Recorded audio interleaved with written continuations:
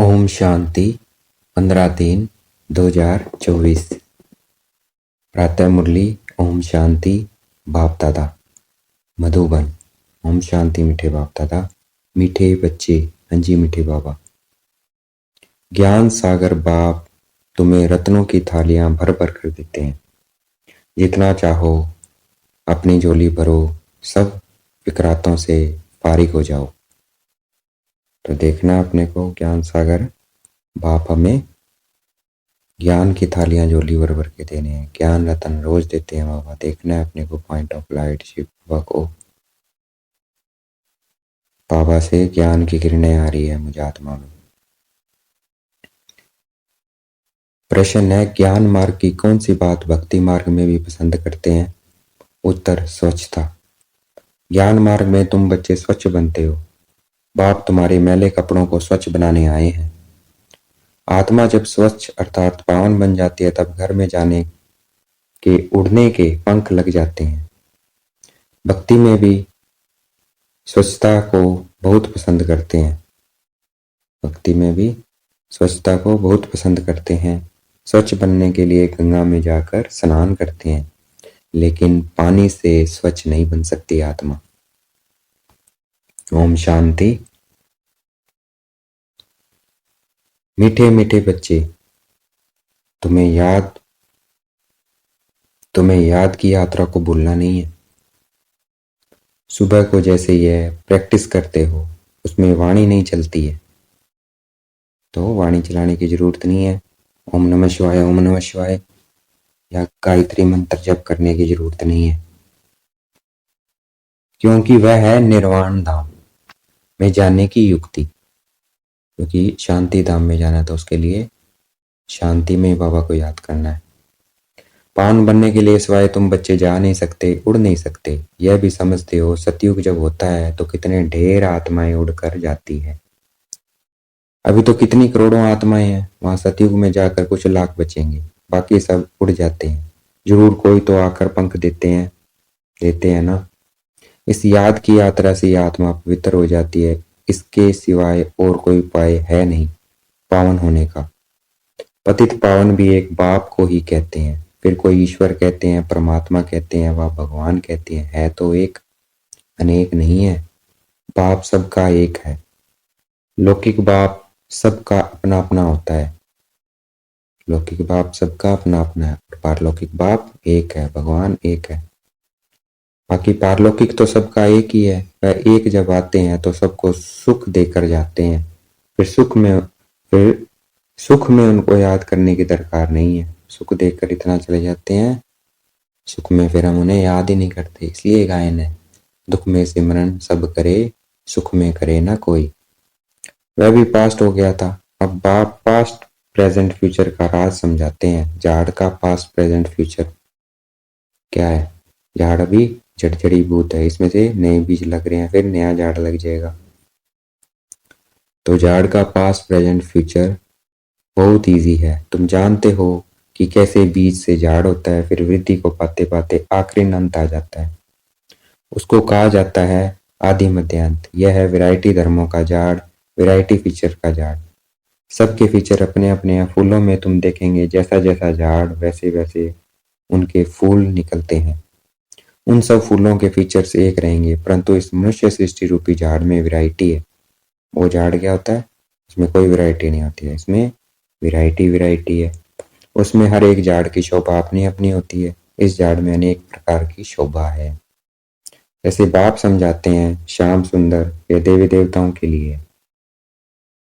जब वह सतो प्रधान से तमो प्रधान बनते हैं, तो वही सुंदर से श्याम बनते हैं। ऐसे श्याम सुंदर और कोई धर्म में नहीं बनते हैं। उन्हों के फीचर्स भी देखो, जापानियों के फीचर्स, यूरोपियंस के फीचर्स, चीनियों के फीचर्स देखो। इंडिया वालों के फीचर्स बदली होते जाते हैं। उन्हों के लिए ही श्याम सुंदर का गायन है, और कोई धर्म के लिए नहीं है। यह मनुष्य सृष्टि का झाड़ है, वैरायटी धर्म है। वह सब नंबरवार कैसे आते हैं, ये नॉलेज तुम बच्चों को अभी मिलती है। अभी मिलती है और कोई ये बात समझा न सके। यह कल्प है 5,000 वर्ष का, इसको वृक्ष कहो या दुनिया कहो, आधा में है भक्ति, जिसको रावण राज्य कहा जाता है। 5 विकारों का राज्य चलता है, कामचिता पर चढ़कर पतित सांवरे बन जाते हैं। रावण संप्रदाय वालों की चलन और दैवी संप्रदाय वालों की चलन में रात दिन का फर्क है। मनुष्य उन्हों की महिमा गाते हैं, अपने को नीच पापी कहते हैं। इनकी महिमा गाते हैं देवी देवताओं की कि आप सर्वगुण संपन्न और हम नीच पापी। कबूल करते हैं मंदिर में जाके। क्यों कबूल करते हैं? क्योंकि वो पतित आत्माएं हैं, और पतित पतित नहीं, वो पवित्र आत्माएं हैं। जो मंदिर में देवी देवता है वो पवित्र आत्माएं हैं और खुद पतित है। खुद पतित होने के कारण क्या है, जैसे ही पवित्र आत्मा के सामने जाते हैं तो सब कुछ सच बोलते हैं। अपने को नीच पापी कहते हैं। अनेक प्रकार के मनुष्य हैं। भक्ति तो तुमने बहुत की है, पुनर्जन्म लेते लेते भक्ति करते आए हो। पहले होती है अव्यभिचारी भक्ति।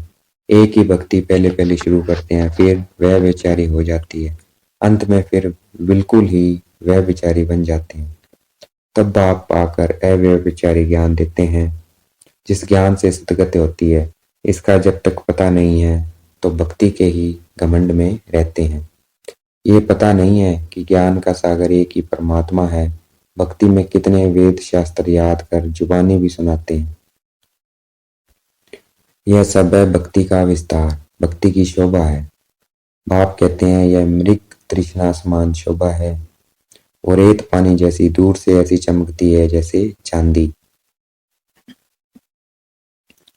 भक्ति कैसे चमकती है? जैसे है चांदी, उसमें मिलता कुछ नहीं है। हिरण को प्यास लगती है तो वह उस रेत में भागते भागते फंस जाता है। ऐसे भक्ति में क्या है, भागते रहते हैं, धक्के खाते रहते हैं। भक्ति भी ऐसे है, उसमें सब फंस पड़े हैं। उससे निकलने में बच्चों को मेहनत लगती है, विघ्न भी इसमें पड़ते हैं, क्योंकि बाप पवित्र बनाते हैं। द्रौपदी ने भी पुकारा, सारी दुनिया में द्रौपदियां हैं, दुर्योधन है, और फिर ऐसे भी कहेंगे कि तुम सब पार्वतियां हो जो अमर कथा सुन रही हो। तो सब पार्वतियां हैं, दुनिया में क्या है, द्रौपदियां, दुर्योधन है। और जो बाबा के बच्चे ज्ञान सुन रहे हैं वो कौन है? पार्वती हैं, जो अमर कथा सुन रही हो। बाप तुमको अमर लोक के लिए अमर कथा सुना रहे हैं। पार्वती और शंकर की कथा है ना, वो यही कथा है जो बाबा सुना रहा है ब्रह्मा के थ्रू। यह है मृत्यु लोक। यहाँ अकाले मृत्यु होती रहती है, बैठे बैठे हार्ट फेल हो जाते हैं। तुम हॉस्पिटल में जाकर समझा सकते हो यहाँ तुम्हारी आयु कितनी कम है। इन्हें समझाओ, हॉस्पिटल में जाओ, देखना है अपने को, पॉइंट ऑफ लाइट फरिश्ता रूप धारण करके जाओ और उन्हें समझाओ कि यहाँ तुम्हारी आयु कितनी कम है। बीमार हो पड़ते हो, वहां बीमारी होगी नहीं। नई दुनिया में, स्वर्ग में बीमारी नहीं होगी। वहां ले जाने के लिए हमें भगवान आए हुए हैं, तो उसके लिए पढ़ाई करनी पड़ेगी। भगवान वाच अपने को आत्मा समझो। क्या कहना है? ये अपने को आत्मा समझो और बाप को याद करो। बस इतना ही करना है, बाकी काम तो अपने आप हो जाएंगे। औरों से ममता मिटा दो तो तुम्हारे विक्रम विनाश होंगे, फिर कभी बीमार होंगे नहीं, काल खाएगा नहीं, आयु भी बड़ी होगी।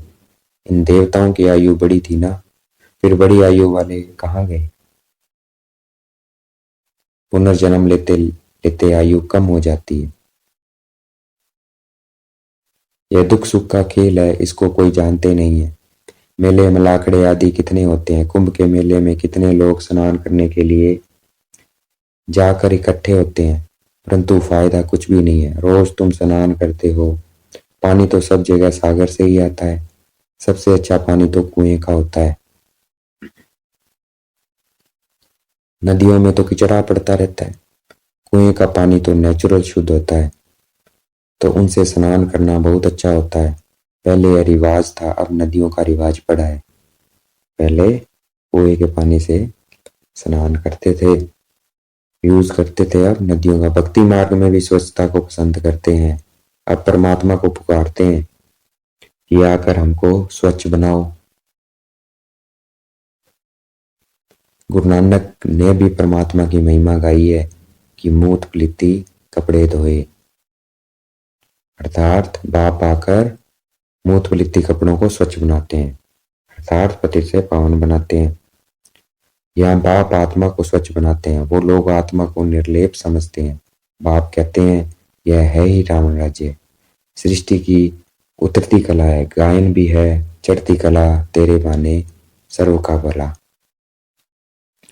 तो सृष्टि की क्या है? उतरती कला है, और हमारी क्या है? चढ़ती कला है। तो इसीलिए ये गायन बना हुआ है, चढ़ती कला तेरे बाने सर्व का भला। तो हमारी अब चढ़ती कला है और हमारे कारण ही सबका भला होएगा, सर्व की सदगति हो जाती है। हे बाबा, आपके द्वारा सबका भला हो जाता है। सतयुग में सबका भला होता है, वहां सब शांति में है,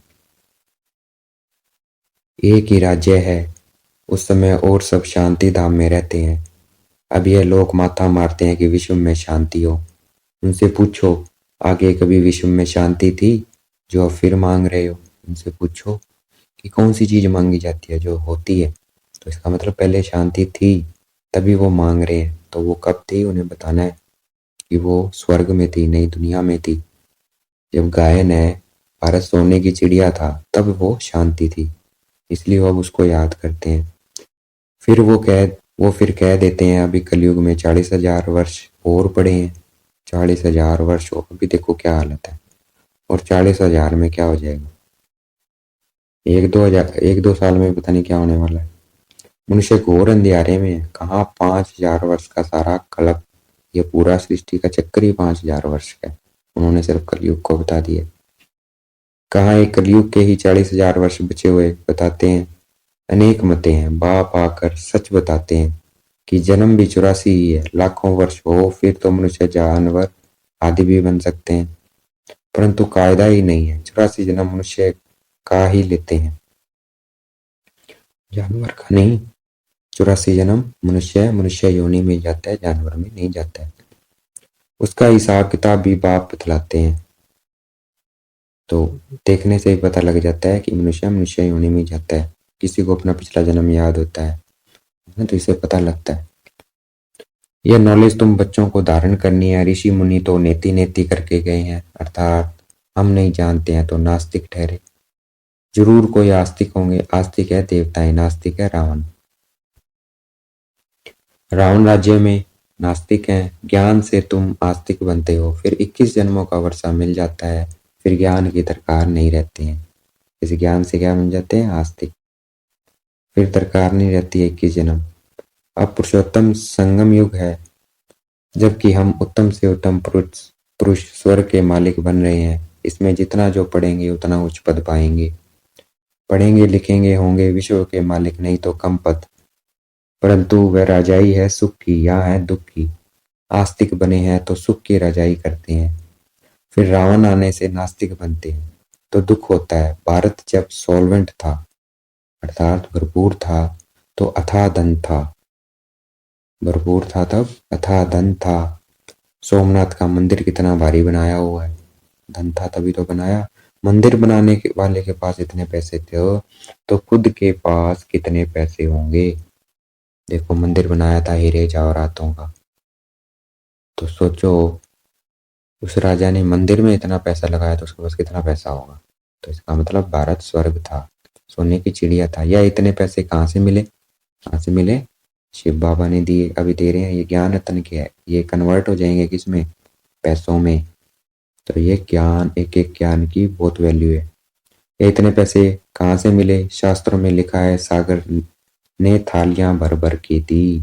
तो अब ज्ञान का सागर शिव बाबा हमें थालियां भर भर के ये ज्ञान रत्न दे रहे हैं। इसी का गायन है शास्त्रों में। अब ज्ञान सागर तुमको रत्नों की थालियां भर कर देते हैं। अब तुम्हारी झोली भर रही है। वो शंकर के आगे जाकर कहते हैं भर दो झोली। बाप को जानते नहीं है, अब तुम जानते हो। बाप हमारी झोली भर रहे हैं। जितना जिसको चाहिए सो भरे। जितना अच्छी रीति पढ़ेंगे उतना स्कॉलरशिप मिलेगी। चाहे तो उच्चते उच्च डबल सिरताज बनो, चाहे गरीब पर जावे दास दासी। बहुत है जो फारकती भी दे देते हैं, यह भी ड्रामा में नूंद है। तो अपने हाथ में आप किस्मत बनाना। जो जितना पढ़ेगा उतना वो बनेगा, नहीं पढ़ेगा तो क्या बनेगा? दास दासी। ऐसे ही होता है। यह भी ड्रामानूंद है। बाप कहते हैं मुझे कोई फिक्र नहीं है, मैं तो फिक्र से फारिग हूँ, तुमको भी बना रहा हूँ। खुद भी बाबा क्या है, ज्ञान का सागर है, तो फिक्र हो ही नहीं सकता, और हमें भी वो बना रहा है, ज्ञान रतन दे रहा है भर भर के। फिक्र से फारिग स्वामी किंदा सतगुरु। सतगुरु ही क्या करता है, स्वामी जी सबका बाप है, उनको मालिक भी कहते हैं। बाप कहते हैं मैं तुम्हारा बेहद का टीचर भी हूँ, भक्ति मार्ग में तुम अनेक टीचर से अनेक विद्याएं पढ़ते हो। बाप जो तुमको पढ़ाते हैं सबसे न्यारी नॉलेज है। वहाँ अलग अलग टीचर है, अलग, यहाँ एक ही टीचर है, और ये नॉलेज भी न्यारी है, इसमें सब कुछ आ जाता है, ज्ञान भी और विज्ञान भी। वह है ज्ञान का सागर, जानी जानन हार नहीं कहना है। शिव बाबा क्या है, ज्ञान का सागर है, उनको जानी जानन हार नहीं कहेंगे कि वो सबके मन की जानता है, नहीं। वो ज्ञान सुनाने आया है, वो ज्ञान का सागर है, वो सबके मन के अंदर क्या है, कीचड़ है, बुराई है एक दूसरे की, वो जान के क्या करेंगे शिव बाबा। तो वो ज्ञान का सागर है, जानी जानन हार नहीं कहना है। ऐसे बहुत कहते हैं आप तो हमारे अंदर को जानते हो, बाबा को क्या पड़ी है, वो पावन आत्मा है, सदा पावन है, वो पतित क्यों बनेगी भाई। बाप कहते हैं मैं कुछ नहीं जानता हूँ, मैं तो तुम बच्चों को पढ़ाने के लिए आता हूँ। तुम आत्मा अपने इस तख्त पर विराजमान हो। हमारी आत्मा देखना है, point of light between the forehead, और ये तख्त है हमारा, तख्त में विराजमान हो। मैं भी इस तख्त पर बैठा हूँ। कौन से तख्त पर, ब्रह्मा बाबा की ब्रुट के मध्य में देखना है बाप दादा को, शिव बाबा को। आत्मा कितनी छोटी बिंदी है, यह कोई जानता ही नहीं है। तब बाप कहते हैं पहले आत्मा को समझो, फिर बाप को समझेंगे। पहले अपने आप को समझो, क्योंकि आत्मा को ही परमात्मा मिलेगा, तो पहले अपने को आत्मा समझना पड़ेगा, क्योंकि वो आत्मा का पिता है, फिर ही हम समझ सकते हैं। बाप पहले पहले आत्मा का ज्ञान समझाते हैं, फिर बाप का परिचय देते हैं कि जो आत्मा तुम्हारे अंदर बैठी है, मैं पिता हूँ, तुम मेरे बच्चे हो। भक्ति में शालिग्राम बनाए पूजा कर खलास कर देते हैं। भक्ति में भी क्या बनाते हैं, आत्मा का सिंबल शालिग्राम, और शिव बाबा का शिवलिंग। भक्ति में भी शालिग्राम बनाए पूजा कर फिर खलास कर देते हैं। बाप कहते हैं यह सब गुड़ियों की पूजा है, गुड़ियों का खेल है भक्ति। जो इन सब बातों को अच्छी रीति समझते हैं वे औरों को भी कल्याण करते हैं। बाप भी कल्याणकारी है, तो बच्चों को भी बनना है। कोई तो औरों को दलदल से निकालते निकालते खुद फंस मरते हैं, तो ध्यान रखना है, ये अपवित्र बन पड़ते हैं कि कमाई चट कर देते हैं। इसलिए बाप कहते हैं खबरदार रहना है, काम चिता पर बैठने से ही तुम काले बन पड़े हो। ध्यान रखना है, फिर काले हो जाओगे। तुम कहेंगे हम ही गोरे थे, हम ही काले बने हैं, हम ही देवता थे, हम ही नीच उतरे हैं। नहीं तो 84 जन्म कौन लेते हैं, यह हिसाब बाप समझाते हैं। बच्चों को बहुत मेहनत करनी पड़ती है। आधा कल्प से जो विषय सागर में पड़े हैं उनसे निकालना मासी का घर नहीं है। अगर कोई थोड़ा भी ज्ञान लेते हैं तो उनका विनाश नहीं होता है। थोड़ा भी ज्ञान लेगा विनाश नहीं होगा। कथा है ही सत्यनारायण बनने की, फिर प्रजा भी बनती है। थोड़ा समझ कर चले जाते हैं, हो सकता है फिर आकर समझे। आगे चलकर मनुष्य में वैराग्य भी होगा, जैसे शमशान में वैराग्य आता है। शमशान में वैराग्य आता है ना मनुष्य को, वैसे वैराग्य होगा आने वाले समय। बाहर निकले तो खल्लास। तुम भी जब समझाते हो तो अच्छा अच्छा करते हैं, बाहर गए खल्लास। यहाँ आएंगे कहेंगे हाँ सच है सच है, बाहर गए खलास हो जाता है, सारा नशा उतर जाता है। क्यों, संग हो जाता है बाहर की दुनिया। कहते हैं काम उतार, कहते हैं ये काम उतार कर आएंगे, मतलब बिजी हैं अभी, फ्री होंगे तब आएंगे। बाहर जाने से माया माथा मोड़ लेती है, माया पकड़ लेती है। कोटों में कोई निकलता है, इसीलिए कहा है ना कोटों में कोई निकलता है। कौन निकलेंगे, देवकुल की आत्मा ही निकलेंगी। राजाई पद पाना इसमें मेहनत लगती है। हर एक दिल से पूछे बेद के बाप को हम कितना याद करते हैं। कहते हैं बाप की याद भूल जाती है। अरे अज्ञान काल में कभी ऐसे कहते हैं कि हमको बाप भूल जाता है। बाबा कहते हैं बल कितना भी तूफान आए तुमको हिलना नहीं है। माया के तूफान आएंगे, प्रिपेयर हो जाओ, अपने आप को पहले से रेडी कर लो कि माया के तूफान आएंगे, लेकिन हमें हिलना नहीं है। तूफान आएगा, सिर्फ कर्म इंद्रियों से कर्म नहीं करना है। आएगा मस्तिष्क में, बुद्धि में, मन में, लेकिन कर्म इंद्रियों में ना आए वो, क्योंकि तब बनता है पाप। कहते हैं बाबा माया ने जादू लगा दिया। बाबा कहते हैं मीठे मीठे बच्चे याद करो तो कट निकल जाएगी। आत्मा पर कट चढ़ती है वह निकलेगी याद से। इतना याद करेंगे। बाप भी बिंदी है सिवाय बाप की याद के और कोई उपाय नहीं कट उतारने का। अच्छा, देखना है बाप दादा को, खुद को देखना है, पॉइंट ऑफ लाइट बाप दादा को देखना है। देखना है बाप दादा हमें याद प्यार दे रहे हैं। मीठे मीठे से गलते बच्चों प्रति माता पिता बाप दादा का याद प्यार। गुड मॉर्निंग रूहानी बाप की, रूहानी बच्चों को नमस्ते। हमें भी बाप दादा को याद प्यार देना है।